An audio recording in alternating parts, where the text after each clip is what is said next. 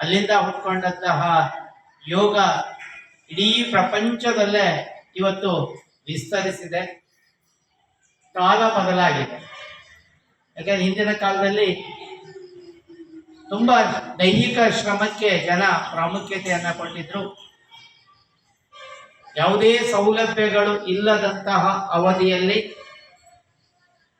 ಸಿಗುವ ಕನಿಷ್ಠ ಆಹಾರವನ್ನು ಸೇವಿಸಿ ದೈಹಿಕ ಶ್ರಮದ ಮೂಲಕ ಆರೋಗ್ಯವನ್ನು ಕಾಪಾಡಿಕೊಂಡಿದ್ರು.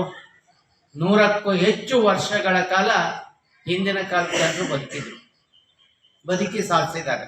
ಇವತ್ತು ನಮ್ಮ ಮನೆಯಲ್ಲಿ 80-90 ವರ್ಷ ಆಗಿರುವಂತಹ ಅಜ್ಜಿ ಇದ್ದಾರೆ. ಅವ್ರು ನೋಡ್ತೀವಿ, ಸ್ಪಷ್ಟವಾಗಿ ಕಣ್ಣು ಕಾಣುತ್ತೆ, 32 ಹಲ್ಲುಗಳು ಬಾಯಿ ಒಳಗೆ ಇದ್ದಾವೆ,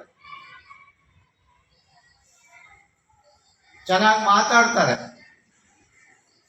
ಆದರೆ ಅವರಿಗೆ ನಮ್ಮನ್ನು ಹೋಲಿಕೆ ಮಾಡಿದರೆ 3 ವರ್ಷ 4 ವರ್ಷದ ಮಕ್ಕಳು ನಾವು ಕಣ್ಣಿಗೆ ಕನ್ನಡಕ ಬಂದಿದೆ, ಬಾಯಲ್ಲಿರೋ ಹಲ್ಲು 12 ವರ್ಷಕ್ಕೆ ಉದುರ್ತಾ ಇದ್ದಾವೆ. ಕಾರಣ ಏನು ಅಂದರೆ ನಮ್ಮ ಬದಲಾದಂತಹ ಜೀವನ ಶೈಲಿ. ದೈಹಿಕ ಕಸರತ್ತು ಇಲ್ಲ, ವ್ಯಾಯಾಮ ಇಲ್ಲ. ಅದರ ಪರಿಣಾಮವಾಗಿ ನಾವು ಸಾಕಷ್ಟು ರೋಗಗಳಿಂದ ದೈಹಿಕ ಮಾನಸಿಕ ಸ್ಥಿರತೆಯನ್ನು ಕಳೆದುಕೊಂಡು ಜೀವನ ಮಾಡ್ತಾ ಇರೋದನ್ನು ನಾವಿವತ್ತು ಕಾಣ್ತಾ ಇದ್ದೀವಿ. ಯೋಗ ಅಂದರೆ ಸರ್ಕಸ್ ಅಲ್ಲ. 3 ಜನ ಮಕ್ಕಳು ಮಾಡಿದರು, ಇಡೀ ದೇಹ ಬಳ್ಳಿಯಂತೆ ಬಡುತ್ತಿತ್ತು. ನಾವು ಹಂಗೇನಾದ್ರು ಒಂದು ಆಸನ ಮಾಡಿದರೆ ಪರ್ಮನೆಂಟ್ ಆಗಿ ಭಾಗವತ್ ಹಾಸ್ಪಿಟ್ಲಿಗೆ ಪೇಷಂಟ್ ಆಗ್ತೀವಿ. ಅವ್ರು ಮಾಡಿದ ಒಂದೇ ಆಸನ ನಾವೇನಾದ್ರು ಮಾಡ್ಲಿಕ್ಕೆ ಹೋದ್ರೆ ಅದು ಸಾಧನೆ.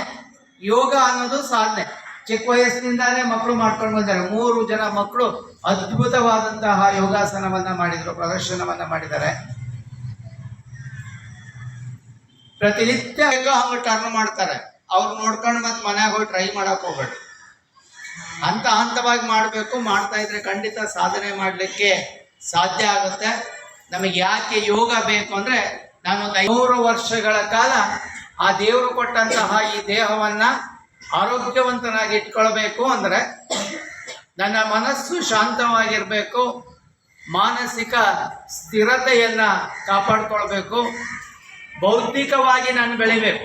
ದೈಹಿಕ ಮಾನಸಿಕ ಮತ್ತು ಬೌದ್ಧಿಕ ಬೆಳವಣಿಗೆ ಆಗಬೇಕು ಅಂದರೆ ಇವತ್ತಿನ ಬದಲಾದ ಕಾಲಘಟ್ಟಕ್ಕೆ ಯೋಗ, ಧ್ಯಾನ, ಪ್ರಾಣಾಯಾಮಗಳು ನಮಗೆ ತುಂಬ ಸಹಾಯ ಮಾಡ್ತವೆ. ಇವತ್ತು ಏನಾಗಿದ್ದೀವಿ ನಾವು ಅಂದರೆ, ನಮ್ಮ ಮನೆಗಳಲ್ಲಿ ಕಸ ಗುಡಿಸ್ಲಿಕ್ಕೆ ಮಷಿನ್ ಬಂದಿದೆ,